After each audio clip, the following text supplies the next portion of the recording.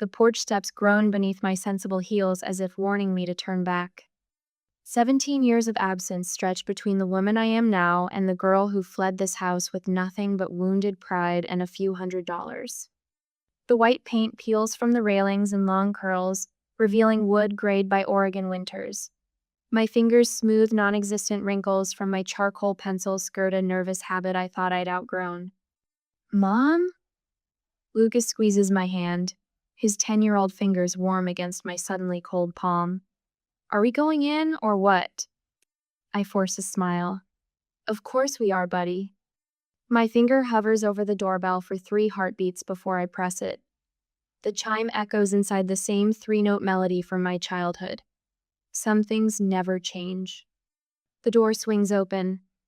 Mother stands framed in the entrance, her hair more silver than the ash blonde I remember, her eyes narrowing briefly at the sight of me. Then her gaze drops to Lucas, and her entire face transforms.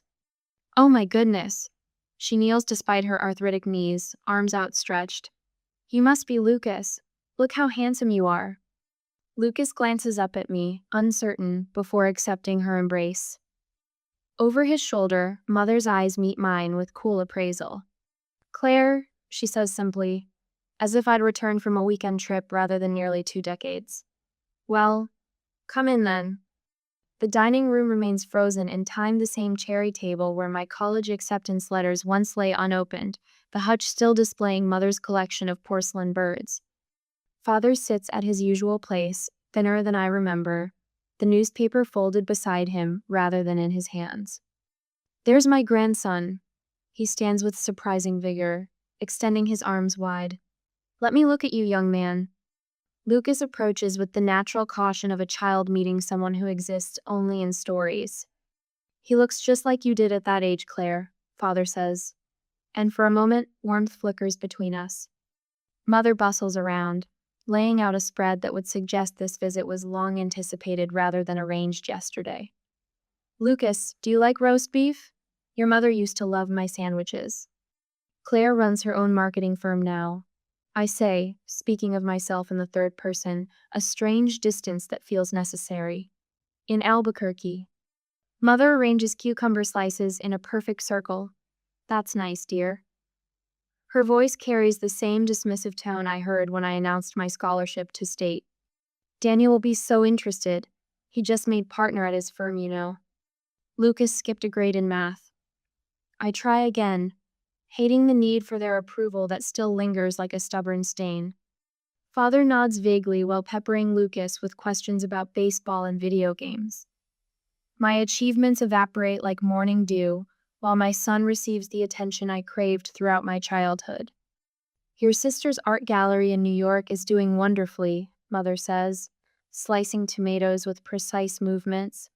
Always such a creative spirit. The familiar weight settles on my chest, Megan, the golden child, forever first in their hearts. I smile tightly and reach for a sandwich. We eat with careful politeness, navigating around 17 years of absence. I notice Father's hands trembling slightly as he lifts his glass. The lines around his mouth have deepened crevices. When he reaches for the salt, his wedding ring slides loosely on his finger. So, I venture during a lull, how are things really going for you two? A glance passes between my parents, quick but loaded with meaning. Splendid, Mother says too brightly. We're thinking of repainting the living room. What do you think of? Father's glass slips from his fingers, water pooling across the walnut tabletop. But it's not the glass that causes my breath to catch, it's his face, suddenly ashen, one hand clutching his chest. Dad? I rise so quickly my chair topples backward. Just heartburn, he wheezes, but his eyes are wide with panic.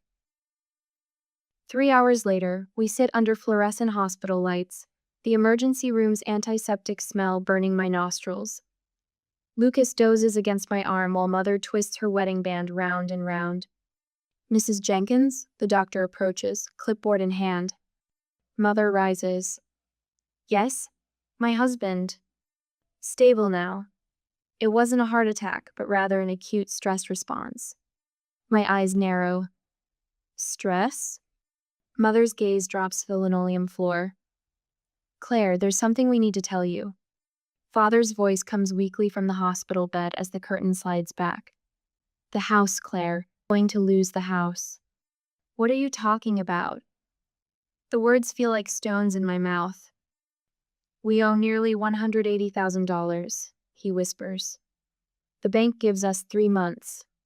The fluorescent lights suddenly seem too bright, the walls too close. As Mother begins to explain, memories flood back 18 years old, standing in the same dining room learning my college fund had been emptied. Megan needed seed money for her design studio. Mother had said then, not meeting my eyes. You can always take loans. I watch her hands now, still twisting that ring, and understand with perfect clarity why they've suddenly welcomed me home. I see, I say softly. Now you need me. I arrange my notebook, pen, and calculator on the dining room table with the precision of a surgeon preparing instruments. The mortgage documents lie open before me, numbers that tell a story my parents tried to hide for years. I can buy the house outright. My voice carries the neutral tone I use in board meetings. You both can live here rent-free for 7 years. Mother's teacup rattles against its saucer. You would do that for us? I don't answer immediately, tapping my pen against the notebook where I've outlined my terms in careful bullet points. The gesture gives me time to push down the bitter question burning in my throat. Why not ask what Megan would do for you? Instead, I say, I have conditions. Father straightens in his chair, a flicker of the proud man he once was. Of course you do.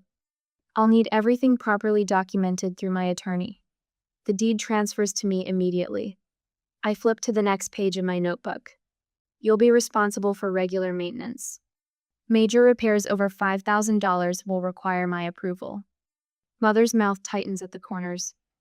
You sound like a landlord, not a daughter. I am both. The words come out harder than intended.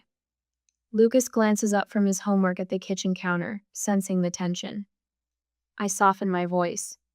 This protects all of us. Father reaches for the agreement I've drafted. We live with these terms, Claire. You're saving our home. The front door slams with dramatic force, making us all jump. Megan storms into the dining room like a Category 5 hurricane. Designer sunglasses pushed into her salon-highlighted hair. Sorry I'm late. Traffic from Portland was. She freezes, taking in the scene. The documents, my notebook, our parents' pinched expressions. What's going on? Your sister is helping us with the mortgage situation, Mother says, her voice unnaturally. Megan's eyes narrow as she spots the preliminary agreement. Helping how, exactly? Claire has offered to buy the house, Father says. We can stay here, no rent. Megan yanks out a chair and sits, the legs scraping against hardwood. You're selling our house to her? They're not selling it to me, I correct her. I'm saving it from foreclosure. There's a difference. Megan slams her palm on the table. You never paid a dime for this house. You abandoned us. The accusation should sting, but 17 years provides remarkable insulation. I take a slow, deliberate breath. Neither did you. My voice remains steady despite the tremor I feel building inside. The difference is, I can afford to buy it now. Megan's face flushes crimson. I was going to handle this. With what money? Father asks wearily. The bank gives us 3 months, Megan. But I told you I was working on something. Megan turns to Mother. Remember our plan? What we discussed? Mother pales, glancing between us. But Megan said she would take care of us. The realization slides into place like a key into a lock. I look around the living room, at the family photographs arranged on the wall. I'm noticeably absent from Most High School graduation, college age, young adulthood, all missing. But Megan appears in every frame. The golden child, the one who stayed. What exactly was your plan? I ask her. Father stares down at his hands. Megan suggested we could sell the house, move to a retirement community. Downsize, Megan adds quickly. It makes sense at their age. And what happens to the equity after debts are paid? I press, already knowing the answer. The silence tells me everything. My offer stands, I say, pushing the agreement closer to my parents. But I have one more condition. Megan has no part in this arrangement, no ownership, no input. Under the table, my hands tremble against my thighs, the only outward sign of what this confrontation cost me. That's not fair, Megan shouts. Fair? The word tastes like copper on my tongue. Was it fair when they emptied my college fund for your design studio? Was it fair when you co-signed a second mortgage on their house without a plan to repay it? Mother begins to protest, but father squeezes her hand. Claire is right, he says quietly. We made this mess. She's offering a clean solution. I slide my pen across the table. My parents sign the preliminary agreement while Megan watches, jaw clenched, eyes burning with rage. She stands abruptly, chair toppling backward. I suppose we know who the favorite is now. This isn't about favorites. I remain seated, the eye of her storm. It's about consequences. Megan stalks out, slamming the door with enough force to shake the walls. A framed photograph crashes to the floor, glass shattering across hardwood. I walk over and kneel beside it. My high school graduation, the last family photo with me in it. I lift it carefully, shards tinkling like wind chimes, and place it face down on the table rather than rehanging it. My parents' relieved expressions carry a weight I didn't expect. I've won the battle but feel no triumph, only the strange burden of power I never sought. That night, I tuck Lucas into bed in the guest room that was once mine. Why is Aunt Megan so angry? He asks, eyes wide in the lamplight. I smooth his hair, choosing my words carefully. Sometimes helping others means protecting yourself first. Is that what you're doing? Yes, I say, kissing his forehead. That's exactly what I'm doing. The process server catches me barefoot, coffee mug halfway to my lips. He stands on my doorstep at 7:15 a.m., his expression a practiced blend of boredom and mild apology. Claire Jenkins? His voice lacks any real interest in my answer. Yes? He thrusts a thick manila envelope toward me. You've been served. The envelope lands heavy in my palm, like a brick wrapped in paper. I close the door with my heel and stand motionless in my entryway, drips of coffee spotting the hardwood floor. Inside, black text marches across white legal paper. My eyes catch phrases that stop my breath. Emotional coercion of elderly persons, undue influence, exploitation of diminished capacity. Megan's name appears on the first page as petitioner. Our parents are listed as the allegedly victimized parties. The coffee mug clicks against the counter as I set it down. My fingers spread the documents across my kitchen table with surgical precision. I recognize Megan's tactics, immediately the dramatic language, the selective presentation of facts, the portrayal of herself as the devoted daughter protecting vulnerable parents. Lucas appears in the doorway, backpack slung over one shoulder. Mom? We're gonna be late. I straighten, breathing deeply. Change of plans, buddy. How about a movie day? After dropping Lucas at my neighbor's, I make one call. Brian Mitchell. His voice brings back memories of college study groups, his meticulous notes saving me more than once. Brian, it's Claire Wallace. Well, Jenkins now. Claire. Haven't heard from you since wait, is this about your sister? Courthouse gossip travels fast. That's exactly why I need a real estate attorney who knows my family history. My voice remains steady. Someone who remembers I wasn't the golden child. 2 hours later, I park outside my parents' house, the micro-recorder tucked discreetly in my purse. Not illegal in oregano party consent is all that's required. Mother opens the door, her eyes widening. Claire, we didn't expect. May I come in? We need to discuss Megan's lawsuit. Father sits in his recliner, newspaper lowered at my entrance. She said it was the only way to protect our interests. Did she? The recorder captures his nod, my mother's uncomfortable shift of weight from one foot to the other. And what exactly do you need protection from? Their voluntary explanations fill the silent house for 20 minutes. Not once do they claim coercion. Not once do they express regret about our agreement. In Father's study, I discover more. A folder labeled Retirement Options holds letters from Megan dated months before my return. Property listings for senior communities. Brochures for retirement homes. Notes about liquidating home equity. My sister's handwriting fills the margins. They'll be happier. The house is too much. Claire abandoned the family anyway. At the hospital where Father was treated, Dr. Winters reviews his chart at my request. Cognitive impairment? No, not at all.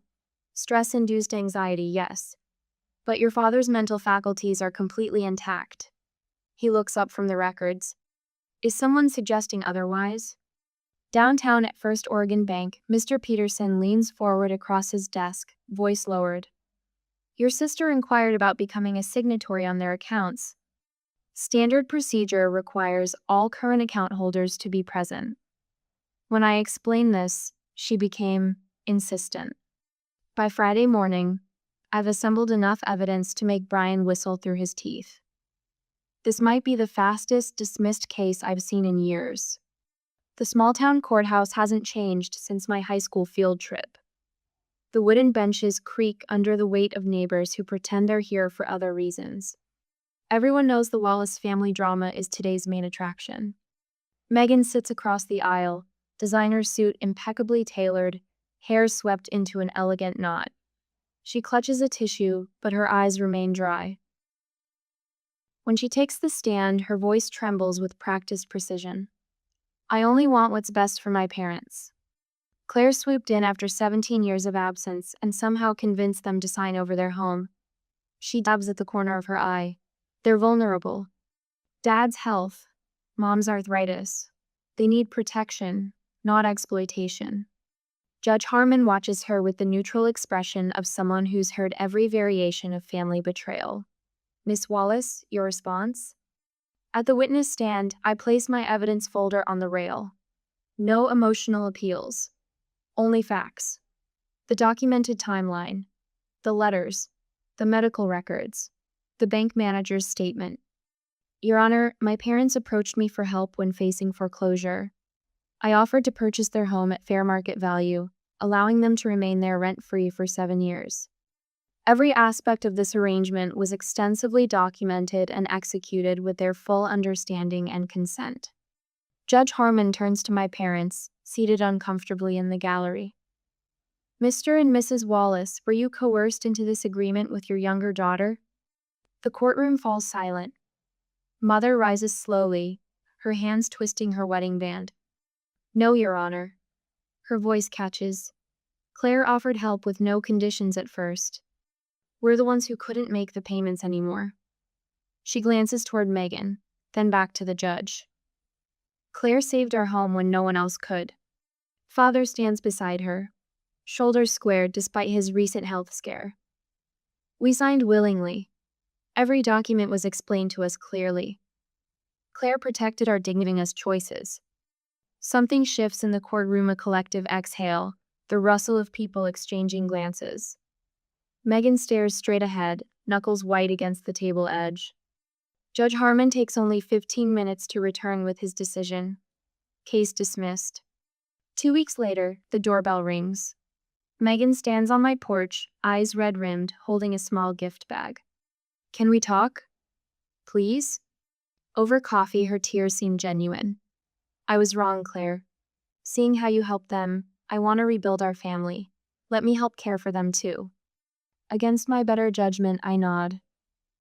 Everyone deserves a second chance. The following weeks unfold in a montage of Megan's helpfulness. She drives Mother to doctor appointments, repairs the porch railing, prepares Sunday dinners where we all sit around the table like a normal family. Until my phone rings at midnight. Claire? It's Diane from the county clerk's office. Her whisper carries urgency. We're friends from high school, remember? Listen, Megan's been in here twice this week, preparing power of attorney documents for your parents. The bedroom ceiling swims above me in the darkness. Some people never change their patterns. The knowledge settles into my bones with surprising calm, not the hot anger of betrayal, but the cool clarity of confirmation. Tomorrow, I'll act. Not with rage, but with the same methodical precision that built my life from nothing. Some wars are won by those who keep their heads when everyone around them is losing theirs. Evidence fills the coffee table. Bank statements. Power of attorney forms with blank signature lines. Notes from conversations with Dr. Miller about cognitive assessment options. Everything laid out with the precision of a corporate presentation. I've spent 2 weeks gathering these breadcrumbs, placing each one in a clear folder with labeled tabs. My hands remain steady as I arrange the final piece of printed email from Megan to a real estate agent discussing market value after renovations. The timestamp shows last Tuesday, the same day she brought Mother chicken soup and helped Father with his physical therapy exercises. You asked us to come over? Mother walks into the sitting room, her cardigan buttoned unevenly. Father follows, his cane tapping a hesitant rhythm on the hardwood floor. Yes, please sit. I gesture to the couch opposite me. There's something we need to discuss. Father lowers himself with a grimace. Sounds serious. It is. I push the first folder toward them. These are copies of power of attorney documents I found in Megan's room, partially completed. Mother's fingers tremble as she opens the folder. I don't understand. Look at the second tab. I keep my voice level, a skill perfected during client presentations when emotions would undermine credibility. Doctor. Miller confirmed Megan asked about testing for early dementia. Tests neither of you mentioned needing. Father's face pales. She said it was routine at our age. I nod, not in agreement, but acknowledgement. Carol Patterson overheard Megan at the Bluebird Cafe last week. I slide another folder forward. She was discussing how quickly she could flip the house once it's mine. The front door opens with familiar force. Heels click sharply across the entryway tiles. Sorry I'm late. Megan's voice rings with practiced cheer. Traffic was. She freezes at the sitting room entrance, her smile vanishing when she spots the documents spread across the table. What's this? Her tone shifts from confusion to accusation in 3 syllables. Sit down, Megan. Father's voice holds an authority I haven't heard in decades. She remains standing, designer purse clutched against her chest like armor. You're going through my things now? Having people spy on me? Spying suggests secrecy. I tap the power of attorney document. These speak for themselves. Mother picks up the real estate email, reading aloud. Once renovations are complete, we could list at $425,000 minimum. Her voice cracks. You were planning to sell our home? After moving you to Whispering Pines, I add the facility brochure to the evidence pile, where they specialize in memory care patients. Megan's mask slips completely. Her face contorts, no longer the concerned daughter, but something rawer, hungrier. You wouldn't need this huge house, it's practical. Practical for whom? I ask quietly. You abandoned them for 17 years. Megan's voice rises. You don't get to swoop in now and play hero. I'm not playing anything. The calm in my voice surprises even me. I'm presenting facts. Father stares at the documents, connecting dots that should have been obvious years ago. You were never going to help us keep the house. Everyone knows houses are terrible investments at your age. Megan attempts to regain control, her tone sliding into the patient explanation she uses for difficult clients. I was protecting you. By having us declared incompetent? Mother whispers. Silence stretches between us like taffy, thick and increasingly uncomfortable. Megan's eyes dart between our parents and me, calculating her next move. I gather the documents into a neat stack. I won't tell you what to do. My words hang in the air, measured and final. But I will tell you what I'll do. If Megan gains legal control over either of you or this house, my support ends immediately. You can't be serious. Megan's laugh holds no humor. You let them lose everything over your petty jealousy? No, Megan, I'd stop enabling a pattern that's continued for 30 years. I stand, collecting my evidence. This is your choice to make. I tell my parents, I'll respect whatever you decide. I walk out without looking back, the weight of decades settling across my shoulders. In the rental car, I breathe deeply, counting to 10 before starting the engine. Lucas will be waiting at the hotel, homework spread across the bed, eager to tell me about the swimming pool. That night, my phone remains silent. I sleep surprisingly well for someone who has just detonated a family bomb. 2 days later, Father calls as I'm preparing Lucas's breakfast. She's gone. His voice sounds older yet somehow stronger. You were right. I close my eyes, the vindication bringing no joy, only the hollow satisfaction of necessary protection without reconciliation. We told her to move out, he continues. Your mother, his voice catches. She told Megan we couldn't trust her anymore. I slice Lucas's peanut butter sandwich into triangles, exactly how he likes it. I'll have the ownership paperwork ready by Friday. Thank you, Claire. After hanging up, I set up an automatic monthly transfer to cover their expenses. Protection without proximity, support without surrender. The balance I've finally learned to maintain. The morning sun spills across my kitchen counter as I pack Lucas's overnight bag. 1 year since I stood on that peeling porch. 1 year since I learned what family truly means, both its limits and its possibilities. Mom, did you put my Oregon Trail game in there? Lucas appears in the doorway, hair still rumpled from sleep. Grandpa wants to try it. I tuck the game cartridge between his folded jeans and t-shirts. Right here. And your allergy medicine is in the front pocket. I know, Mom. He rolls his eyes with the particular exasperation of a 10-year-old who believes he's practically grown. You always put it there. The monthly weekend visits have become our routine. Structure replacing chaos, just as my therapist suggested. On my refrigerator calendar, these weekends are marked with blue stars, each one representing a careful step toward whatever healing might be possible. I zip the bag closed. Breakfast before Grandma and Grandpa arrive? While Lucas devours his waffles, I prepare another care package for my parents. Homemade banana bread, Dad's blood pressure medication I pick up from the pharmacy because their insurance has a higher copay. The latest photos of Lucas's science fair project. My phone rings. Mother's name appears on the screen. Claire. Her voice carries the slight formality that may never fully disappear between us. We're about 15 minutes away. Perfect timing. Lucas just finished breakfast. I keep my tone pleasant, professional.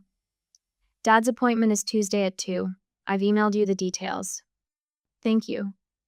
A pause stretches between us. Megan sent a card last week. My hand tightens around the phone. I see. She's asking about Christmas again. Says she wants to make things right. I place the banana bread in a container, securing the lid with perhaps more force than necessary. My position hasn't changed, Mom. My door is close to her, but I don't wish her ill. Mother sighs, a sound heavy with resignation rather than judgment. I understand. After we hang up, I glance at my office door.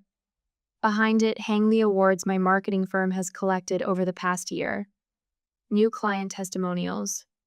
The framed business license that represents everything I built alone. The doorbell chimes. Lucas races to answer it, his excitement genuine. Through the window, I watch my father ease carefully from the passenger seat, his movements slower than a year ago, but steadier than that day at the dining room table. Claire, Dad hugs me with one arm, a greeting that would have seemed impossible 18 months ago. The yard looks wonderful. Those red bushes.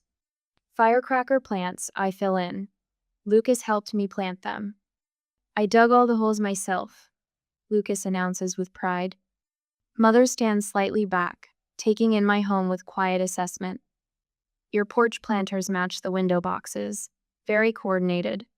From her, this observation counts as effusive praise. Later, after they've departed with Lucas chattering excitedly about their weekend plans, I sit at my desk reviewing the house deed. 6 more years of support promised. 6 more years of carefully maintained boundaries. The phone rings again. My therapist's office, confirming tomorrow's appointment. On her notepad, progress notes tick upward. Family healing without compromising safety. The doorbell interrupts my thoughts again.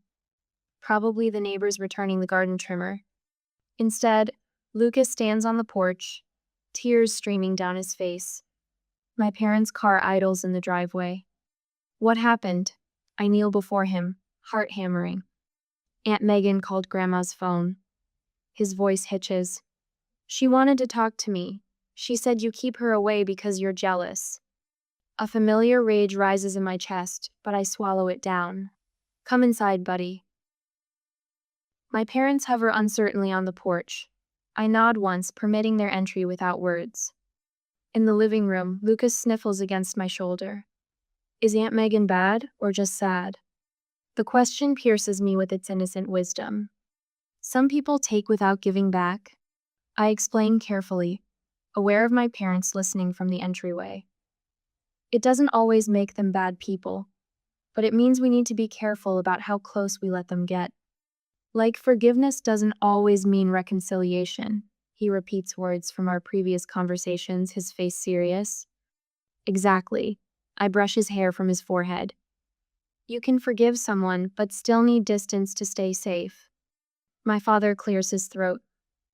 We should have believed in you from the beginning, Claire. His voice catches. All those years. Mother steps forward, placing something on the coffee table. A framed photograph of Lucas now displayed prominently in their living room. We know now, she says quietly, that you succeeded not despite our neglect, but by learning from it. After reassurances and apologies, they leave again with Lucas, his momentary distress forgotten in the excitement of the weekend ahead.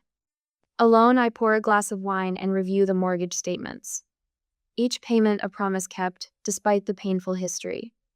Each boundary maintained, not from bitterness, but from wisdom hard-earned. On my phone, a notification appears, another social media request from Megan that I quietly decline. Some might call this halfway healing selfish or incomplete. But as the evening sun casts long shadows across my living room, this space I built through years of solitary struggle, I recognize the peace that comes from choosing compassion with boundaries. Can you forgive someone completely while still keeping them at arm's length? Is that true forgiveness or just self-protection? Perhaps the answer lies in the question itself, that sometimes protection is the purest form of forgiveness we can offer, both to others and to ourselves. My fingers hover over the pristine white envelope addressed to my parents. Outside my kitchen window, New Mexico sunshine bathes the desert landscape in golden light worlds away from Oregon's persistent gray. I draw a steadying breath and press the Christmas invitation closed. Mom, did you put Grandma and Grandpa's names on that one? Lucas bounces into the kitchen, sneakers squeaking against the tile floor. I did. I slide the envelope toward the pile of completed invitations. Lucas grins, revealing the gap where his front tooth should be. Wait till they see my science fair trophy. And the guest room, can I put mints on our pillows like hotels do? Sure, buddy. I ruffle his hair, marveling at his capacity for joy. We'll make it perfect.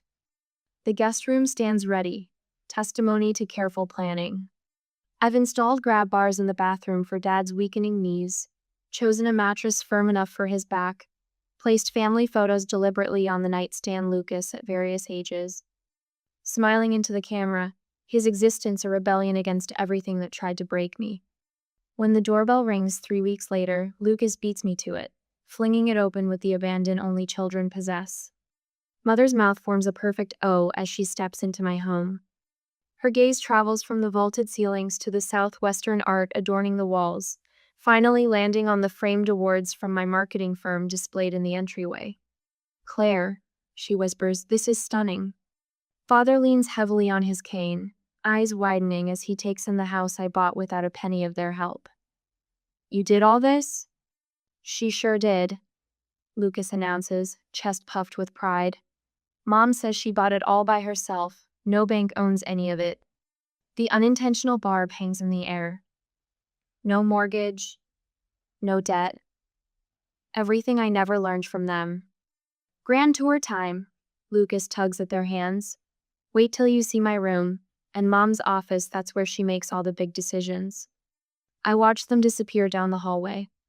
Lucas chattering about square footage and property values terms he's absorbed from my world. So different from what might have been had I stayed in Megan's shadow.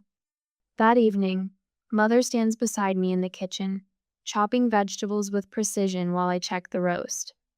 You run your home like you run your business, she observes quietly. Everything has its place. I nod, accepting the observation without comment.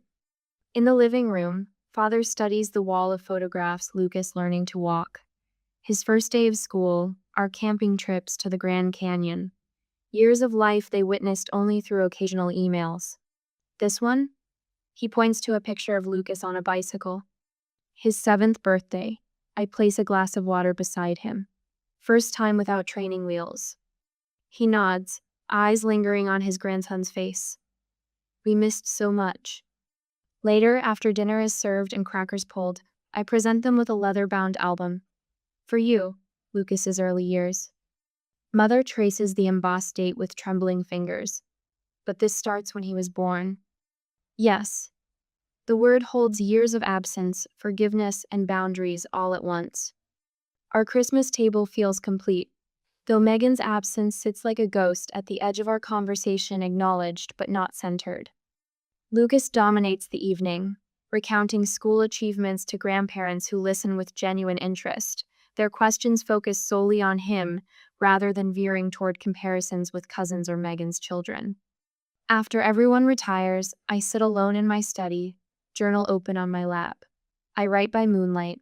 Forgiveness isn't about erasing history. It's about choosing which parts to carry forward. I close the journal and move silently through the darkened house. On my photo wall, I add a new framey parents with Lucas beneath our Christmas tree. Beside it, I've left space for next year's image. Not a return to the past, but room for careful growth. Outside Lucas's door, I pause, my fingers brushing the wood. The moonlight catches my reflection in the hallway mirror, a woman who has finally learned her own worth, who has redefined family on her own terms.